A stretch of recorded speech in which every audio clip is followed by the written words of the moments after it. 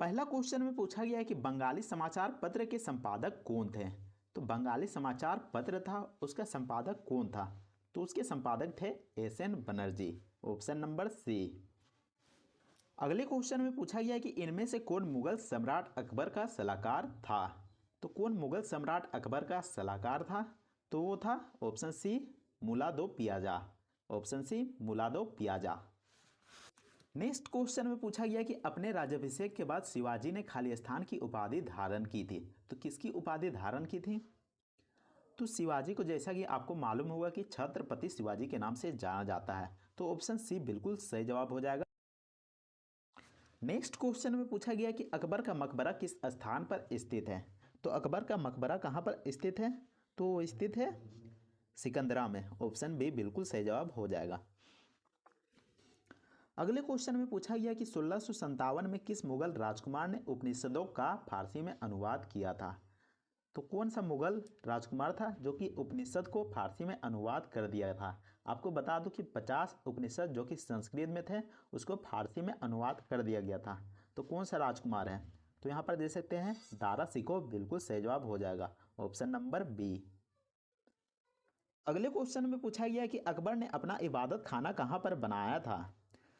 तो अकबर ने अपना इबादत खाना कहाँ पर बनवाया था? तो बनवाया था फतेहपुर सिकरी में, ऑप्शन ए बिल्कुल सही जवाब हो जाएगा। नेक्स्ट क्वेश्चन में पूछा गया कि तुलसीदास ने रामचरितमानस किसके शासनकाल के दौरान लिखी थी। तो तुलसीदास के द्वारा रामचरितमानस लिखा गया था, तो किसके शासनकाल में लिखा था? तो हो जाएगा ऑप्शन नंबर बी, अकबर के शासनकाल में।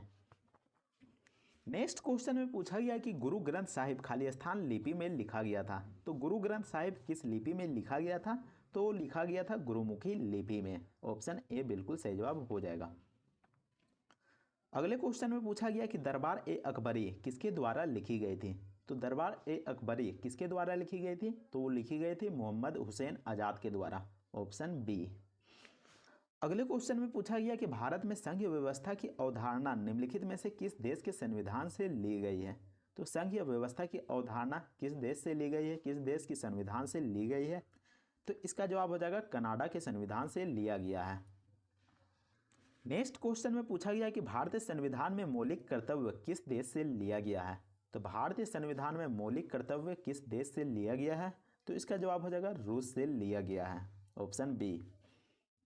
नेक्स्ट क्वेश्चन में पूछा गया कि भारतीय संविधान के आपातकालीन प्रावधान किस देश के संविधान से प्रभावित है। तो यहाँ पर आपातकालीन प्रावधान पूछा गया है, तो आपातकालीन प्रावधान किस देश से लिया गया है? तो लिया गया है जर्मनी से, ऑप्शन ए बिल्कुल सही जवाब हो जाएगा। नेक्स्ट क्वेश्चन में पूछा गया कि इनमें से कौन सा अनुच्छेद राज्य की परिभाषा को परिभाषित करता है। तो कौन सा अनुच्छेद हो जाएगा जो कि राज्य की परिभाषा को परिभाषित करेगा? तो यहाँ पर दे सकते हैं ऑप्शन डी, अनुच्छेद 12 बिल्कुल सही जवाब हो जाएगा। नेक्स्ट क्वेश्चन में पूछा गया कि निम्नलिखित में से कौन वर्ष 1953 में गठित राज्य पुनर्गठन समिति का सदस्य नहीं था। तो आपको बता दूं कि 1953 में गठित राज्य पुनर्गठन समिति बनाया गया था, तो उसका सदस्य कौन नहीं था 1953 में? तो इसका जवाब हो जाएगा पटाभी सीतारमैया, ऑप्शन बी बिल्कुल सही जवाब हो जाएगा। अगले क्वेश्चन में पूछा गया कि भारत की सबसे ऊंची पर्वत चोटी है। तो भारत की सबसे ऊंची पर्वत चोटी कौन सा है? तो वो है कंचनजंगा, तो ऑप्शन सी बिल्कुल सही जवाब हो जाएगा। नेक्स्ट क्वेश्चन में पूछा गया कि सिलवासा कहाँ की राजधानी है। तो सिलवासा दादर और नगर हवेली की राजधानी है, ऑप्शन बी। नेक्स्ट क्वेश्चन में पूछा गया कि नेसेट किस देश की संसद का नाम है। तो नेसेट किस देश का संसद का नाम है? तो वो नाम है ऑप्शन नंबर डी, इजराइल का। नेक्स्ट क्वेश्चन में पूछा गया कि गिर वन्य जीव अभयारण्य निम्नलिखित में से किस जानवर के संरक्षण के लिए जाना जाता है। तो जो गिर वन्य जीव अभयारण्य है वह किस चीज़ के लिए फेमस है, किस जानवर के लिए फेमस है? तो वह है शेर के लिए, ऑप्शन डी बिल्कुल सही जवाब हो जाएगा। नेक्स्ट क्वेश्चन में पूछा गया कि निम्नलिखित में से कौन सा दुनिया का सबसे ऊंचा झरना है। तो दुनिया का सबसे ऊंचा झरना कौन सा है? तो वह है एंजल जलप्रपात, ऑप्शन डी। अगले क्वेश्चन में पूछा गया कि निम्नलिखित में से कौन सा एक भूमि बंद बंदरगाह है। तो कौन सा हो जाएगा जो कि एक भूमि बंद बंदरगाह है? तो इसका जवाब हो जाएगा Visakhapatnam, option A. Next question में पूछा गया है कि पौधों में प्रकाश संश्लेषण के लिए कौन जिम्मेदार होती है। तो प्रकाश संश्लेषण के लिए पौधों में कौन जिम्मेदार होता है, तो वो होता है पत्ता, ऑप्शन नंबर सी, पत्ते। नेक्स्ट क्वेश्चन में पूछा गया कि पृथ्वी पर ऊर्जा का मुख्य स्रोत क्या है। तो पृथ्वी पर ऊर्जा का मुख्य स्रोत क्या है, तो वो है सूर्य, सौर ऊर्जा।